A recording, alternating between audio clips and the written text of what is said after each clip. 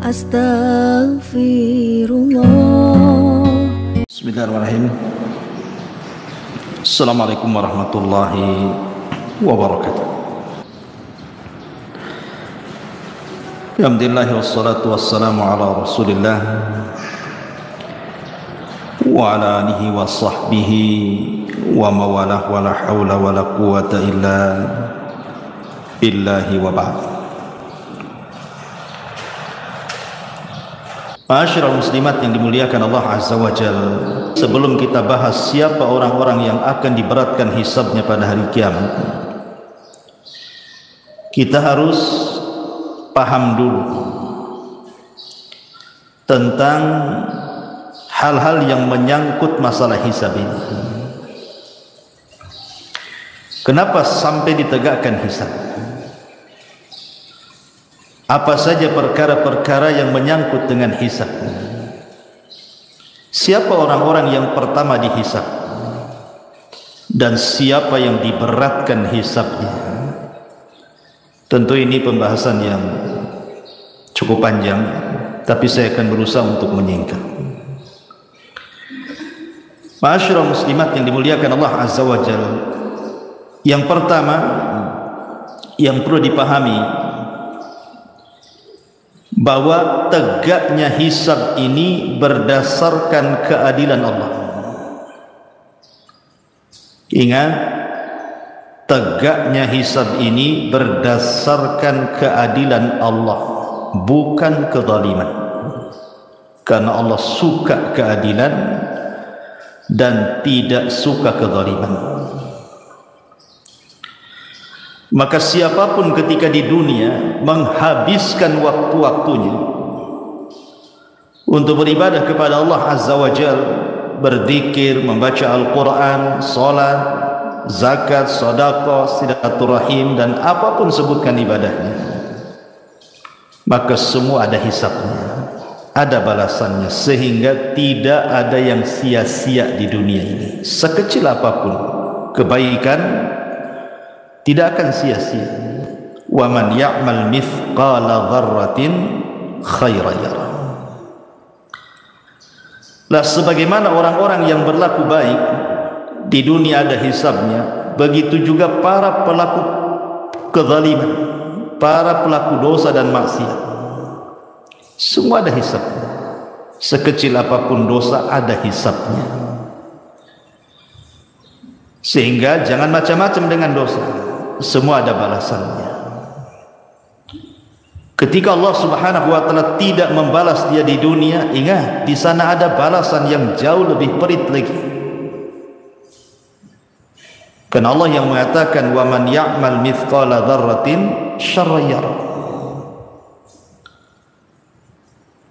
Ini yang pertama, bahwa hisab itu didasari keadilan Allah, bukan kezaliman. Allah Maha Adil. Yang kedua, seorang hamba pada hari kiamat akan dicukupkan semua amalannya, semua balasannya, tidak ada yang dikurang sedikit pun. Di dunia, kalau kita membalas kebaikan orang, terkadang balasan kebaikan kepada orang itu tidak sebagaimana kebaikan orang itu kepada kita, kan?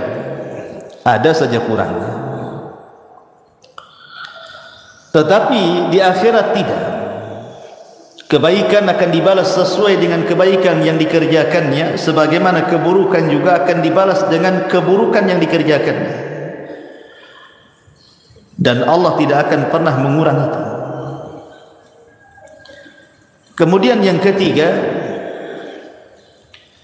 bahwa kelak pada hari kiamat manusia tidak akan menanggung dosa orang lain. Manusia itu tidak akan menanggung dosa orang lain.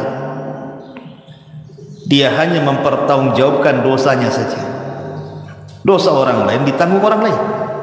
Tidak ada urusan dengan kita. Wala taziru waziratun wizra ukhra. Dan seseorang itu akan menanggung dosanya masing-masing. Kemudian yang nomor 4, yang berkaitan dengan hisab pada hari kiamat adalah jabrun naqsi fil faraidi minan nawafil, bahwa hal-hal yang sifatnya lalai seseorang dari melaksanakan kewajiban, umpamanya ibu sholat wajib, lalai dalam sholat wajibnya, tidak khusyuk, kurang tumak nina dan begitu seterusnya, maka akan ditempel oleh amalan-amalan sunnah. Maka amalan-amalan sunnah itulah yang akan menempel kekurangan kewajibannya, dan itu masuk pada hisab.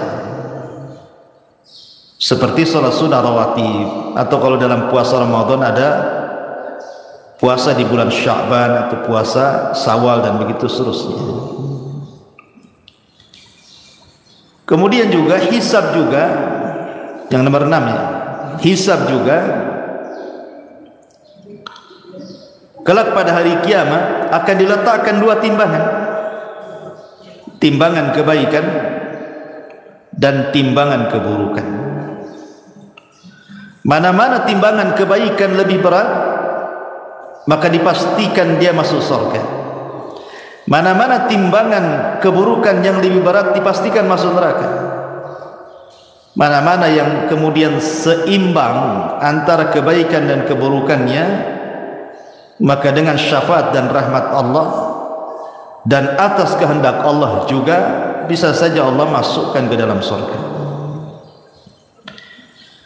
Kemudian yang nomor 7 juga di antara hal yang berkaitan dengan hisab pada hari kiamat, bahwa niat yang baik, ibu punya niat dan belum diamalkan kebaikan itu, maka tetap akan ada hisabnya pada hari kiamat. Sebagaimana niat jahat kemudian belum melakukannya dan ditinggalkannya, baik karena Allah, baik karena lemahnya dia melakukan atau karena tidak sukanya dia melakukan, semua ada hisabnya pada hari kiamat. Jadi niat saja ada hisab. Maka hati-hati soal niat ini, jangan sembarang niat. Kemudian juga yang nomor 7, di antaranya adalah ada seseorang yang berbuat kebaikan di dunia. Kebaikan itu kan bermacam-macam nilainya, Bu ya. Ada satu amal itu satu kebaikan. Ada satu amal itu 10 kali lipat kebaikan. Ada satu amal itu dilipat gandakan menjadi 700 kali lipat kebaikan. Ada amalan itu yang tanpa batas lipatannya. Semua akan dihisab. Semua ada balasan. Sebagaimana dosa juga ada yang satu dosa itu dilipat gandakan, dosanya sama, tetapi terkadang dilipat gandakan. Maksiatnya sama, tapi terkadang dilipat gandakan dosanya. Seperti orang yang melakukan dosa di asyuril hurum, umpamanya di bulan-bulan hurum, itu kan beda ketika dia melakukan di luar bulan hurum. Atau orang yang bermaksiat di Mekah akan berbeda dosanya kalau dia bermaksiat di luar Mekah, walaupun satu jenis dosanya, tetap ada hisab. Ma'asyiral muslimat yang dimuliakan Allah Azza wa Jalla, termasuk juga berkaitan dengan qisas pada hari kiamat, bahwa setiap kezaliman itu yang berkaitan dengan orang lain atau berkaitan kezaliman kepada binatang atau kezaliman kepada sesama manusia, semua ada hisabnya, ada qisasnya kelak pada hari kiamat. Sehingga jangan sembarang orang melakukan kezaliman. Termasuk juga bahwa amalan orang-orang kafir, mereka tidak ada timbangan, karena apa yang mau ditimbang amalannya hancur. Makanya ulama mengatakan orang yang tidak akan ditanya, tidak akan dihisab pada hari kiamat itu 2 manusia. Dia tidak akan ditanya dan tidak akan dihisab. Pertama, para nabi. Para nabi tidak akan dihisab, mereka direct masuk surga. Yang kedua, orang-orang musyrik, orang-orang kafir, apa yang mau dihisab? Tidak ada amalan sedikit, direct masuk neraka. Ya. Ma'asyiral muslimat yang dimuliakan Allah Azza wa Jalla. Kemudian juga diantaranya termasuk juga yang berkaitan dengan hisab adalah as-sitru lil mustatir. Orang-orang yang akan ditutupi aibnya saat dihisab pada hari kiamat. Seperti orang yang suka menutup aibnya orang lain, maka Allah akan tutup aib dia pada hari hisab kelak, pada hari kiamat. Dan begitu seterusnya. Dan banyak juga amalan-amalan yang lain yang berkaitan dengan hisab. Taib. Lalu siapa orang-orang yang pertama kali dihisab? Ada beberapa riwayat yang disebutkan oleh para ulama. Secara umum orang yang pertama kali dihisab adalah kaum muslimin, orang-orang Islam, umat Nabi SAW. Itulah umat yang pertama kali dihisab sebelum umat-umat yang lainnya. Dan ini keistimewaan umat Islam, umat Nabi SAW.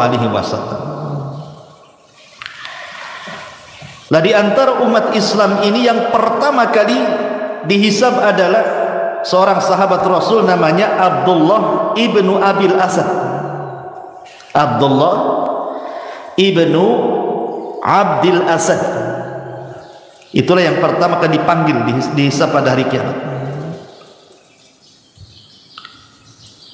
Dan ini hisab kebaikan. Tetapi kalau hisab keburukan, yang pertama kali dipanggil saudaranya, namanya Al-Aswad ibnu Abdil Asad. Itu dua bersaudara, Bu. Yang pertama Abdullah ibnu Abdil Asad, dia sahabat Nabi masuk Islam. Saudaranya namanya Al-Aswad ibn Abdil Asad, ini kafir, musuh Islam. Inilah dua-duanya yang pertama kali dipanggil dari umat Islam. Adapun dalam riwayat yang lain disebutkan di antara orang-orang yang akan dipanggil pada hari kiamat adalah orang-orang yang suka memaafkan atau mudah memaafkan kepada orang lain. Sebagaimana hadis yang dikeluarkan Imam Ibnu Abi Hatim dan juga Imam Baihaqi dalam kitab Syu'abil Iman dari Al-Hasan, Nabi SAW bersabda, "Idza waqafal ibadu lil hisab yunadi munadi." Apabila hamba-hamba Allah diberdirikan untuk dihisab, dipanggilah oleh pemanggil, liyakum man ajruhu 'alallahi falyudkhilil jannah.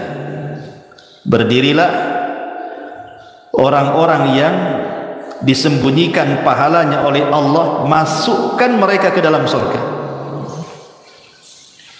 Tsumma nada munadin ats-tsaniyah.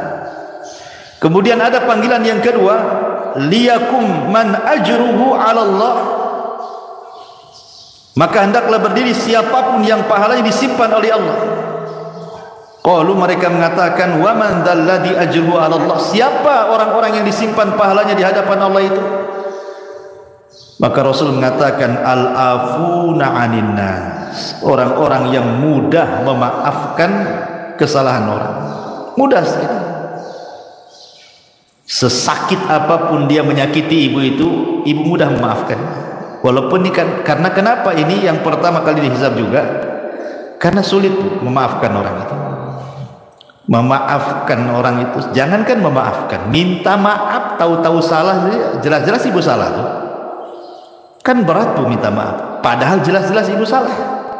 Apalagi ibu di pihak yang benar, kemudian ibu disuruh memaafkan, kan lebih berat lagi. Makanya lihat bagaimana pahalanya luar biasa. Tergolong orang-orang yang di awal-awal dihisab pada hari kiamat, dipanggil dan dimasukkan ke dalam surga. Dan Allah katakan, faman afa wa aslaha fa ajruhu 'ala Allah. Siapa yang mudah memaafkan dan mengislah, maka pahalanya disimpan Allah Subhanahu wa ta'ala.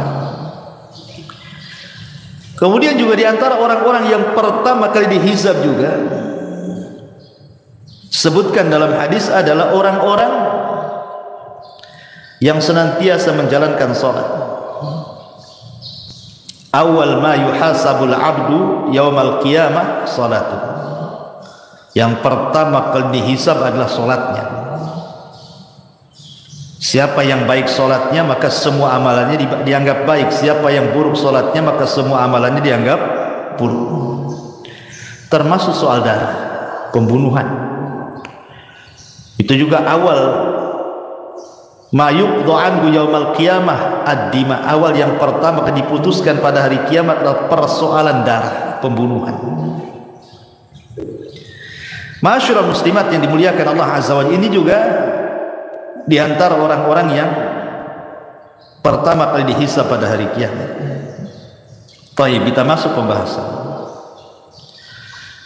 Lalu siapa orang-orang yang diberatkan hisabnya pada hari kiamat itu? Siapa mereka? Aisyah Ummul Mukminin radhiyallahu anha, beliau pernah suatu ketika bertanya kepada Nabi sallallahu alaihi wasallam tentang ayat fasaufa yuhasabu hisaban yasira. Fasaufa yuhasabu hisaban yasira. Maka kelak ada orang-orang yang akan dihisab dengan hisab yang mudah. Maknanya di sana ada hisab yang sulit. Maka Nabi sallallahu alaihi wasallam ketika itu mengatakan man usiba udzib. Man usiba udzib. Siapa yang dihisab secara detail oleh Allah Azza wa Jalla pasti binasa. Siapa yang dihisab secara detail pasti binasa. Maksudnya apa? Ada sebuah hadis yang dikeluarkan oleh Abu Dzar Al-Ghifari radhiyallahu anhu, yang dikeluarkan Imam Muslim. Nabi SAW mengatakan, inni la a'lamu akhiru ahlil jannah duhulan. Aku paling tahu siapa orang yang paling akhir orang masuk surga. Maksudnya masuknya. Wa akhir ahlin nar khurujan minha. Dan yang terakhir penduduk neraka yang keluar dari neraka. Siapa mereka? Rajulun yu'ta bihi yaumal qiyamah. Seorang laki-laki akan didatangkan di hadapan Allah pada hari kiamat. Fayuqal, dan dikatakan, i'ridu alaihi sighara dhunubihi. Tampakkan kepadanya dosa-dosa kecilnya. Dan dia sudah ketakutan karena disuruh ditampakkan dosa kecilnya, belum lagi dosa besarnya. Maka tiba-tiba kemudian setelah ditampakkan dosa-dosa kecilnya, kemudian Allah ampuni. Kemudian dia pun meminta untuk ditampakkan dosa-dosa besarnya, karena melihat dosa kecilnya diampuni, apalagi dosa besar, menurutnya dia begitu. Tapi dalam hadis warfa'u anhu kibaraha, dan angkat dosa-dosa besarnya. Fatu'radu alaihi sigharu dhunubihi, maka ditampakkan padanya dosa-dosa kecilnya. Fayuqal, maka dikatakan, amilta yauma kada wa kada wa kada wa kada, apakah engkau melakukan ini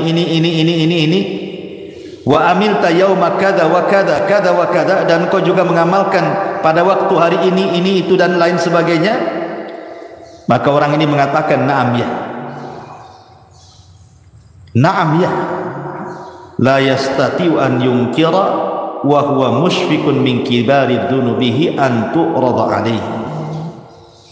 Dan dia tidak bisa ingkar, tidak bisa mungkir dari dosa kecilnya, dia mulai ketakutan dengan dosa besarnya.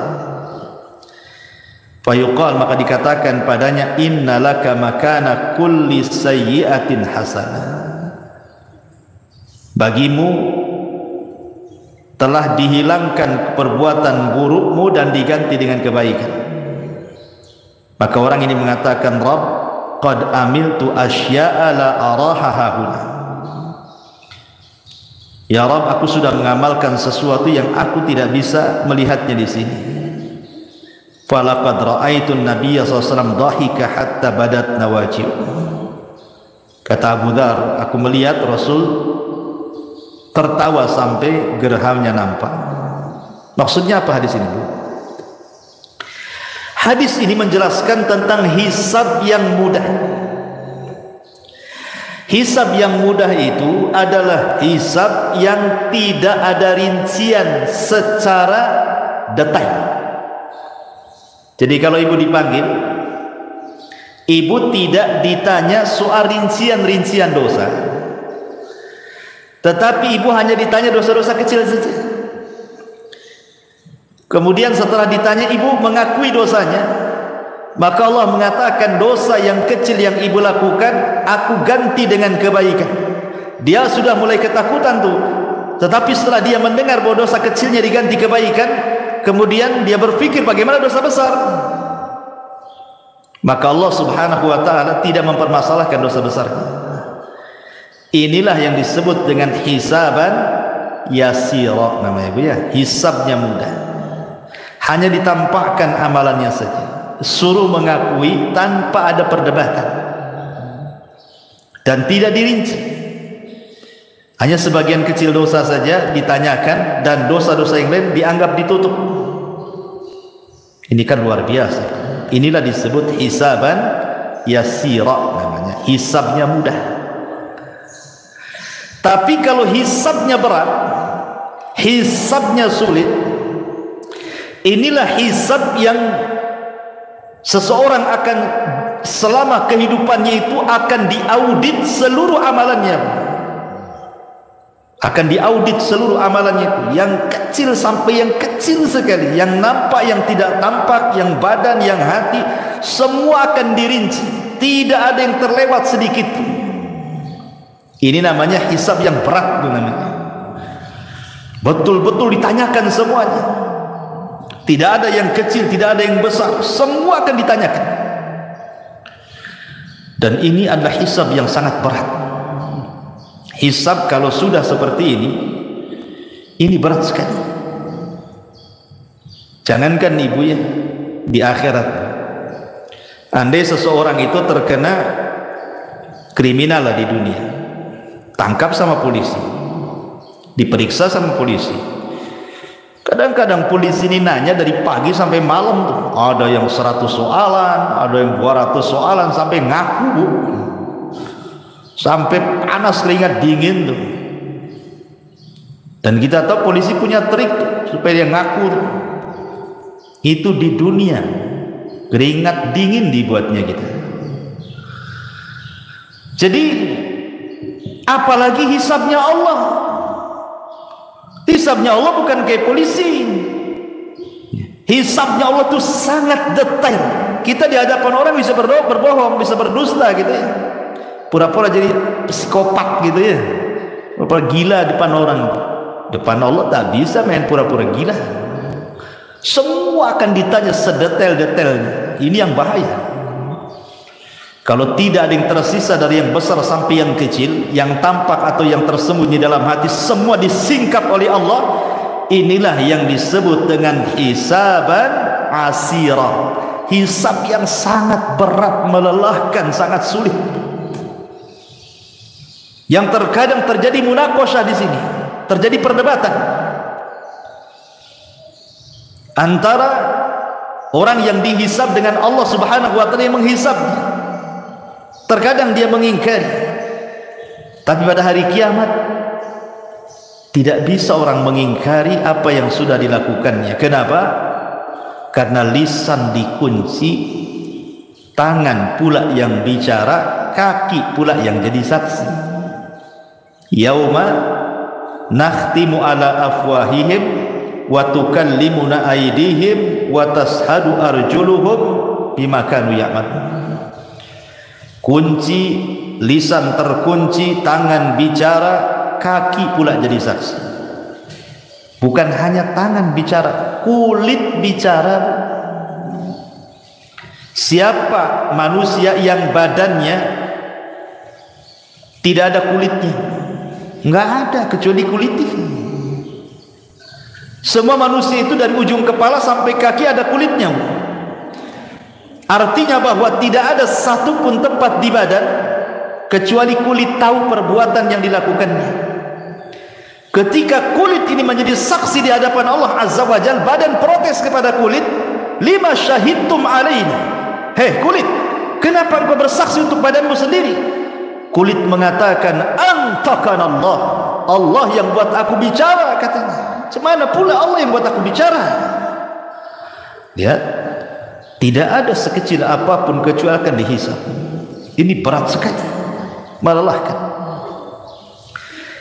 Ma'asyiral muslimat yang dimuliakan Allah Azza wa Jalla, lalu apa saja yang berhubungan dengan hisab-hisab yang berat ini?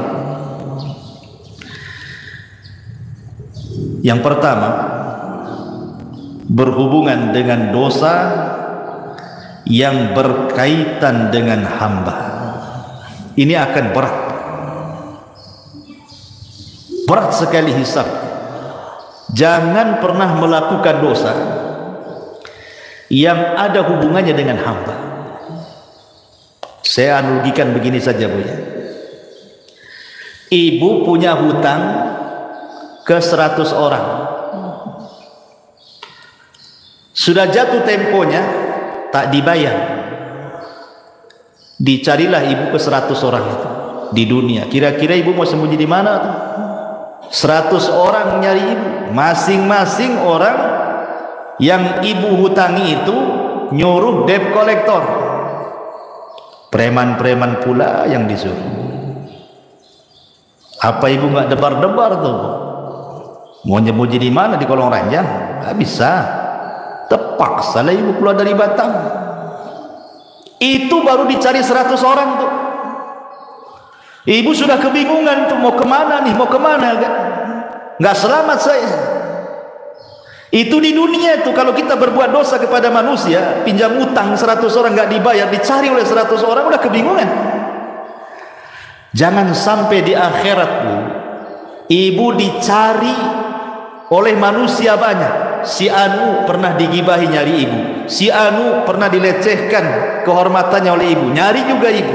Si Anu pernah diledeki, si Anu pernah dipukul, si Anu pernah diejek, si Anu, Masya Allah. Coba bayangkan, kalau ibu menggibah satu orang, mungkin dia aja yang nyari ibu.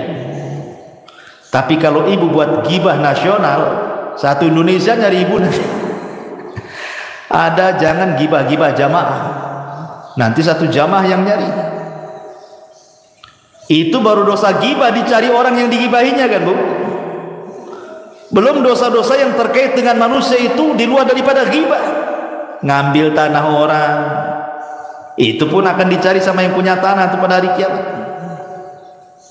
Apalagi menghina orang akan dicari juga. Itu akan sulit hisabnya. Makanya kenapa orang yang seperti ini disabdakan oleh Nabi sallallahu alaihi wasallam, atadruna mal muflisu hadhil ummah. Kata Nabi sallallahu alaihi wasallam, kalian tahu siapa muflisnya umat ini? Muflisnya umat ini. Maksudnya muflis di sini bangkrut, orang yang bangkrut pada hari kiamat. Sahabat polos, bukan, disangkanya orang bangkrut, usahanya yang bangkrut. Ya, kata sahabat, ya orang muflis itu man la dirhamalahu wala mata, orang yang gulung tikar usahanya, orang yang tidak punya modal, habis semua, nggak ada barang, nggak ada uang, itulah barang bangkrut, katanya. Kata Rasul, bukan itu. Tapi orang yang bangkrut ini, kata Rasul, innal muflisa min ummati yaumal qiyamati man ya'ti yaumal qiyamati bi salatin wa siyamin wa zakatin wa ya'ti qad syatama hadha wa qadhafa hadha wa akala mala hadha wa safaka dama hadha wa dharaba hadha. Orang yang bangkrut pada hari kiamat itu Satu sisi dia bawa pahala sholat, bawa pahala puasa, bawa pahala zakat dan pahala-pahala ibadah yang lainnya. Sisi lain dia zalim pula sama orang, pernah mencaci si fulan, pernah menuduh si fulan, pernah makan harta si fulan, pernah membunuh darah si fulan, pernah memukul si fulan. Lihat, di sini ada 3 soalan berkaitan dengan zalim kepada orang. Dosa lisan, dosa perbuatan, dan dosa hati. Ya. Adapun dosa lisan seperti mencaci, memaki, menuduh, ini dosa lisan. Menggibah, apalagi dosa lisan banyak, mengejek, baik dengan mata, dengan isyarat, dengan lisannya gitu ya. Macam-macam. Ataupun dengan perbuatan, memukul, membunuh, ya, mengambil harta orang. Ataupun dengan hati, hasad kepada orang, benci kepada orang, dendam kepada orang, dan begitu seterusnya. Semua akan dicari ibu gara-gara dosa 3 perkara ini. Dan ini akan menyulitkan hisab ibu nanti pada hari kiamat. Makanya di dunia, siapa yang di dunia sedikit dicari orang, maka dia akan dimudahkan hisabnya pada hari kiamat. Kalau di dunia banyak dicari orang, maka di akhirat pun akan dipersulit hisabnya. Maka persedikitlah melakukan dosa kepada manusia, supaya jangan dituntut banyak-banyak orang. Sehingga dari sini apa? Jaga lisan dan jaga perbuatan. Al-muslimu man salimal muslimuna min lisanihi wa yadi. Seorang muslim itu yang selamat orang muslim lain dengan lisan dan tangannya. Sedikitkan, ya, gibah kurangi, kalau bisa janganlah, bukan dikurangi, jangan. Kalau dikurangi masih gibah namanya. Hal-hal yang seperti itu. Kemudian hal-hal yang menjurus kepada dosa orang, kurangi komentari orang. Jangan kepo. Apa bu kepo? Kepolisi, tanya-tanya. Ya, kepo itu bahasa Cina atau bahasa apa? Ya kepo lah kan, orang jalan mungkin tak lurus jalannya, pincang. Kok gitu jalannya, katanya. Ngapain ibu tanya? Urusan dia lah jalannya kayak gitu. Yang nampak orang jalan gemuk itu kan, tak pandai dayat orang itu, katanya. Lah, tak pandai pula dayat sama orang. Pakaian tak cocok dengan kulit. Cemana kulit hitam pakaian merah pura, jadi merah hitam lah, orang merah putih harusnya, katanya. Subhanallah, kok kepo gini orang nih kan. Itu kurangi dosa-dosa kayak gini nih. Memang dia nggak dengar ucapan ibu, tapi nanti pada hari kiamat nyari ibu loh. Dulu kok yang ngomong aku hitam merah kan gitu ya. Dulu kok yang bilang aku pincang lari-lari gitu. Semua akan ditanya, kurangilah kepo-kepo. Itu urusan dengan orang, itu kan dicari orang nanti. Siapapun semakin banyak yang nyari orang karena perbuatan orang ini kepada orang lain, oh itu makin sulit tuh hisabnya. Maka berhenti, stop, jangan melakukan dosa pada manusia. Ya. Ini yang pertama. Yang kedua, persoalan keikhlasan. Persoalan keikhlasan. Usahakan dalam beramal itu jangan sampai diberikan kepada selain Allah Azza wa Jalla. Karena ada orang-orang yang nampaknya berbuat baik, harusnya dia dapat hisab yang mudah, atau boleh jadi tidak dihisab. Rupanya dia pula hisabnya sulit. Ketika dia beramal kebaikan diniatkan bukan karena Allah. Dalam sebuah hadis Nabi SAW mengatakan, awal ma yuqda anhu awal man tusyu'ira bihi yaumal qiyamah. Orang yang pertama kali disentuh pada hari kiamat adalah 3 manusia. Siapa 3 manusia ini? Pertama orang pakar Quran, yang kedua pakar sedekah, yang ketiga pakar jihad.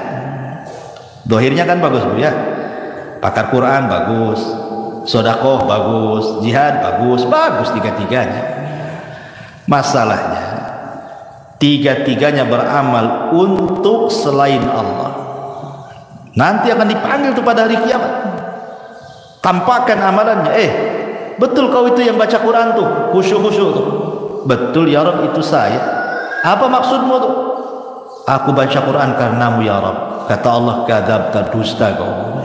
Kau ini baca Quran biar orang mengatakan kau seorang qari saja, ya kan? Kemudian ahli sedekah juga mengatakan ditampakkan amalnya. Itu siapa tuh yang bersedekah atau bolak-balik ke Darul Ilmi itu masih uang sedekah tuh? Itu aku itu. Apa yang maksudkan kau di situ? Oh iya, aku bersedekah karenamu ya Rabb. Allah mengatakan kadzabta, dusta kamu. Kau bersedekah biar disebut dermawan aja. Seorang mujahid ditampakkan amalannya. Itu siapa itu yang perang pemberani itu? Hebat kali dia perangnya, banyak dibunuhnya musuhnya. Itu aku ya Rabb, katanya. Untuk apa kau di situ? Qataltu fika ya Rabb. Aku berperang karena Allah katakan kadzabta, dusta. Kau ini berperang supaya orang mengatakan kau pahlawan aja tuh. Jadi lihat amal-amal seperti ini bahaya. Ini memberatkan hisab. Ya. Kemudian juga hal-hal yang memberatkan juga selain daripada perkara-perkara ketidakikhlasan. Amalan ini bukan karena Allah Subhanahu wa taala gitu ya. Termasuk juga Bu, ada amalan-amalan itu yang kalau bisa dihindari. Karena ini berat azabnya pada hari kiamat. Contohnya apa? Contohnya umpamanya Rasul mengatakan salasatun la yanzurullahu azza wa jal yaumal qiyamah. Allah tidak akan melihat kepada tiga orang ini pada hari kiamat. Siapa mereka? Al-aquli walidayhi. Ini juga yang berat hisabnya. Orang yang durhaka kepada orang tua. Orang yang durhaka dengan orang tua. Sama dosanya, hisabnya juga berat. Wal mar'atul mutarajjilatu, ataupun laki-laki yang menyerupai perempuan yang menyerupai laki-laki atau sebaliknya, LGBT. Kan sekarang banyak perempuan yang menyerupai laki-laki, ngomong digede-gedein, pakaian dibuat kayak laki-laki, pakai jas, pakai jin dibawa-bawa di kakinya. Jadi ada pakaian diketat-ketatin, ngapain coba? Itu bukan kodratnya perempuan. Ini besar nih ikobnya pada hari kiamat. Ataupun dayuth, kepala rumah tangga yang tidak punya kecemburuan sama sekali. Nggak punya kecemburuan, nggak apa-apa mau istrinya maksiat, mau anaknya maksiat, nggak peduli dia. Dayus, lihat ini juga besar dosanya, ya, dan berat hisabnya juga ya. Ataupun sebagaimana Nabi SAW mengatakan al-mannan, dalam riwayat yang lain mannah, suka menyebut-nyebut pemberian ya. Atau dalam riwayat yang lain